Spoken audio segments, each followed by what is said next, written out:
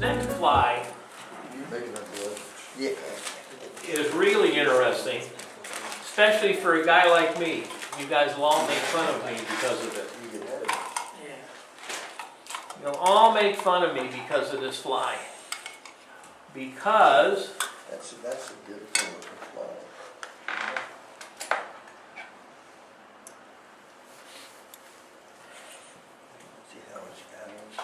you know what it's for? It's an indicator. Right! Now you got it. What did I just say? Did I say you're going to make fun of me? This fly is an attractor to be used as a fish catching indicator. So it's a low rider. Yeah, big low rider. So this is, I came across this one, I don't know where, it's called the Fatal Attractor. I can't remember who I got this from. I saw it and I says, aha, for all you guys who make fun of me about having a dropper or not. Now, what you've got is you can do in two ways. This one happens to have deer hair, okay, and it tends to flare a lot. The other way to use it is the same fly, but with elk. Elk doesn't flare as much. I happen to personally prefer elk, but the original recipe called for deer. I happen to like elk. I just think it looks better. And it's just split wings. So on this fly, what I'm using on this one is a size 12. You can use 10 or 12. You can even go to a 14, but remember, this is an indicator. So a dry fly indicator hook. Okay. We're going to use, in this case, some red uni-thread 8/0. Okay, for the tail, we're using some red crystal flash. For the first wing, you can use deer or elk. I prefer elk as opposed to deer. It's up to you, whichever you'd like. And for the forward wing, this is just aqua fibers. It's just a synthetic white wing floating material, whichever one you would like. He's calling out, what's he yelling? He's going white poly yarn, big fly foam, Antron, or EP fibers. All of them work. It's just a white wing, because that's your indicator. Hackle is grizzly hackle. In this case, it's a little different than norm because I'm going to be using a size 12 hook, and I'm going to be using grizzly hackle that's more of a 14. When I put this in the water, this one, as you can see, these are in the same hook. You can see, are they both visible there? This is a 14 dry fly grizzly. This is a 12. I did not like the way this landed into the water when it landed and floated. I just didn't like it. So I dropped down to a 14, and I seem to like the way this fly with the 14 floats better than the 12, which is against basic dry fly principles. You're supposed to use 1.5 gapes, and at 1.5 gapes, to me, it's just a little too long. What is the short shank hook and standard shank? No, standard TMC 100. Okay, just standard TMC 100. So, I'll send them both back for you guys to take a look at, and you can, again, you can decide which you think works best. I think the size 14 hackle works better with elk than the deer. Here. Dave, oh, here, you got that? I think the 14 hackle with the elk, to me, fishes better, works better on the water than the deer hair and the size 12 hackle. You guys can kind of decide which one works best for you when you tie up a couple. And George saw it. I keep at my desk, at my tying desk, I keep a large glass, and every fly I tie that's a dry fly, I toss it in there, and I want to see how it lands on the water and how it floats. Because if it don't float well on my glass, it sure ain't gonna float well sitting out in the river or out on the lake. So I pre-test every one of them to make sure they will do what I expect them to do. Okay, so size 12 dry fly hook, size 8/0 red. I don't know why he chose red, but he chose red. And on this one, you're going to start your fly, because you got the two wings, your body is only covering the front half. Isn't that kind of just a stimulator, more or less, or what? Well, I don't know if you would call it a stimulator. I mean, when you look at it, it doesn't look like a stimulator, because you've got a deer hair wing and a synthetic wing. It doesn't have a palmer body. And it's not palmered. Let's see if you can see in the photo. You've got the deer hair, or I like to use elk, Yeah. and this is the synthetic split wing like a standard dry fly. And then you got your grizzly underneath it. So without the deer hair, it would be a dry fly with tail, body, split wings, and hackle. But this one adds a second wing in there. Why? Because, I guess, I don't know. I did not invent the fly. I simply looked at it and I thought, for you guys who give me all kinds of hell about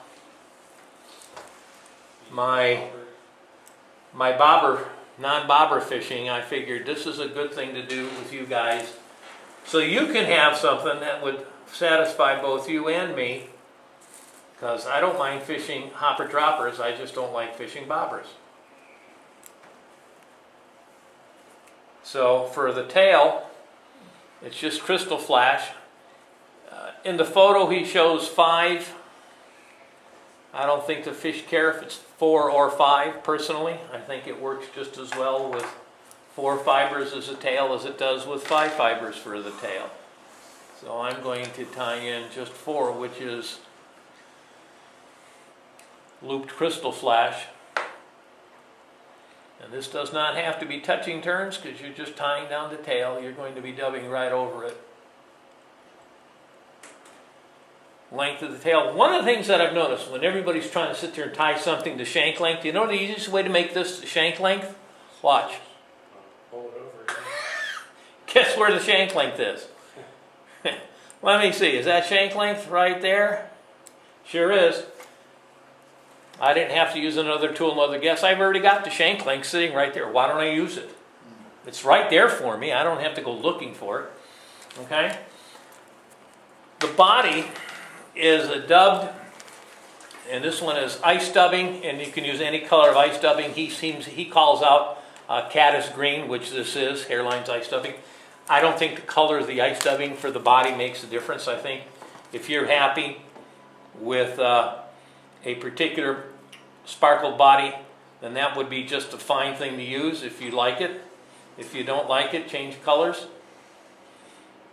I don't think the fish care. I think it's nothing more than a big attractor.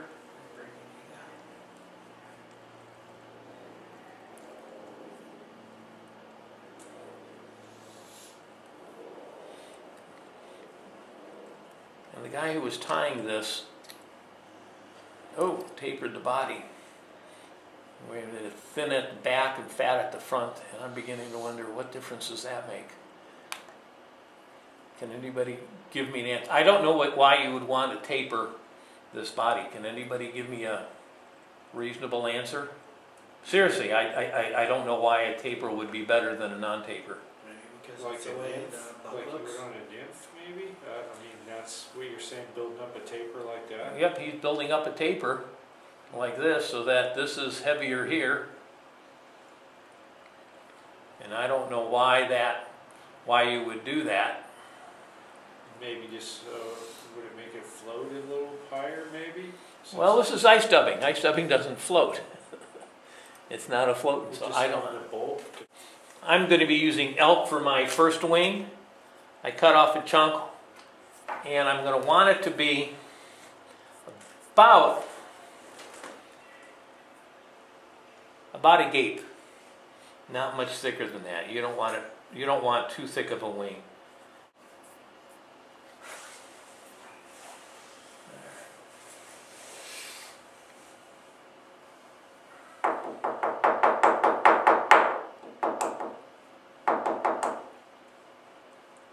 Now, just as a reminder, and I do this because I see it done so wrong, when you tip it sideways, you want to rotate the barrel, which makes everything fall in place. Then you remove the bottom part, not the top part. I see so many people do their stackers wrong. And I've got a square tip here. Get rid of that. Okay, and I want my underwing to be slightly longer than the body, almost like a caddis wing, right? Now what I like to do is come through the butts. Now some people will cut them first, some will cut them later. I don't think it matters, but I think you need to make sure you're getting your thread through the butts. Because if you don't, what you end up with is a fly that rotates and not keeps the wing in one place. I'm not too worried about how neat this looks at this moment because that's going to be covered with hackle. At this point, I get to my synthetic wing, which is McFly-on or Antron or anything. I just got this, I've had this stuff for ages, Aquafiber. I don't even know where I got it, how long I've had it, but it works great. In something white. Remember last month you asked me why I called it a Larkin Gray? Uh-huh. And I asked him, and he said many years ago a fly would be named after the materials used rather than the flies that were coming off. Mm-hmm. Instead of the insect, yeah. Yeah. Okay, so I'm just going to, Yeah, he replied like a day or two later. So I guess he's still good. X this on there. Then what I'm going to do So is post these a little bit. lark and gray, what's the gray squirrel? Lark was the lark feather because I went back and I read his answer to you, and I thought that was a very nice answer, by the way. What's the gray? Is it the apple on there? Gray apple. I don't remember what the gray was. Anyway, you're going to want to post these two because these are going to be,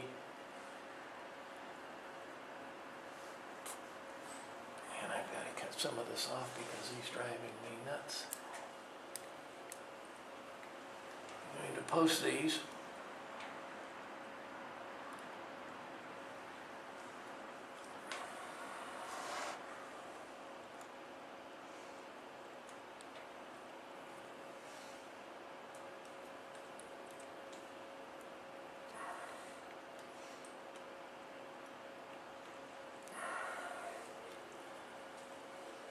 Cut this guy off a little bit short. I'm going to cut these shorter later, but right now I'm just trying to get that out of my way. Then, last but not least, your grizzly hackle. Okay, it's tied in at the thorax area. Now, this is a very heavily hackled fly. Let me show you what I mean by heavily hackled. I'm going to do something that they tell you normally not to do. I'm going to bring my hackle forward up to my wing. And I'm going to run my hackle right back through what I just did. And then one more time up to the wing.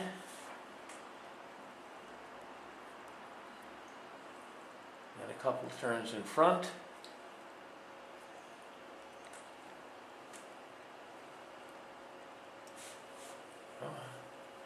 And tie it off.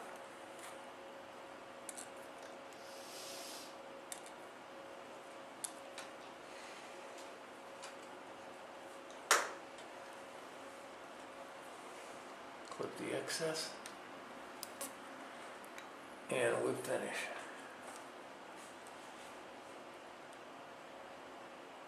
Form just a little bit of a head. Come on, fibers. Get back out of there. There you go. And then the whip finish.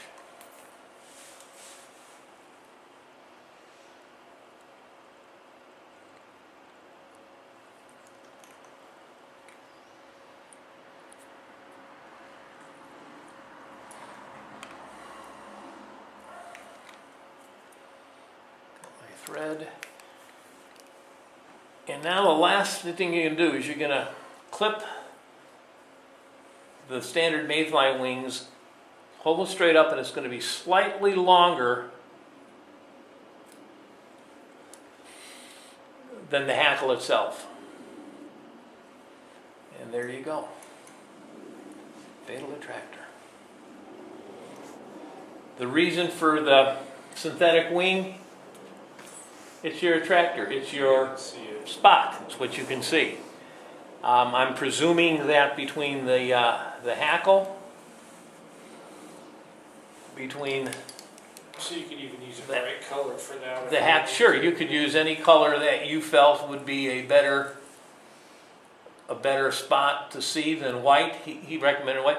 I think what you're looking at is that this part of the body, can you see it in there? I'm going to point it because I don't know where it is. I think this and the tail are actually either submerged or definitely in the meniscus, but they're not part of the float property. I think the hair wing helps the float property, and so does the grizzly hackle. And this is nothing more than a visual. So it kind of sits on the water with the tail down? Yes. More? Yes. It will sit pretty much like it's, I don't know if you can see, my hook is on an angle. My hook is on an angle like this. Can you see that? That's where my hook body is, right there. So it's on an angle. And I think that's how it sits in the water. The hackle is holding the front end up.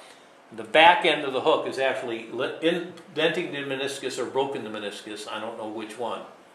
At home I haven't been able to tell. I haven't fished it enough to see which way it is. But it's a great attractor fly for those guys who don't want a bobber. And so would you tie it to the bend of the hook for your tailing fly, or would you use a long tag end for that fly? I would tie my tippet Both through the eye? to the bend of the hook. The reason I tie it here is I've tried this and I just don't think it floats as well for me. And by tying it to the bend of the hook, remember, if this is a 4X, the one at the bend is the 5X, right?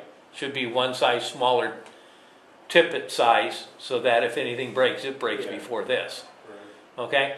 And I tie this when I cast this because you're dealing with about this, anywhere from here to your nymph, to your dry fly. Well, with this long line to cast, it's just one long casting line as opposed to whirly jerks and spinnings. And that's what happens to me when I tie it at the eye. Try it. Yeah, I have. You know, and if one works better, then keep doing it.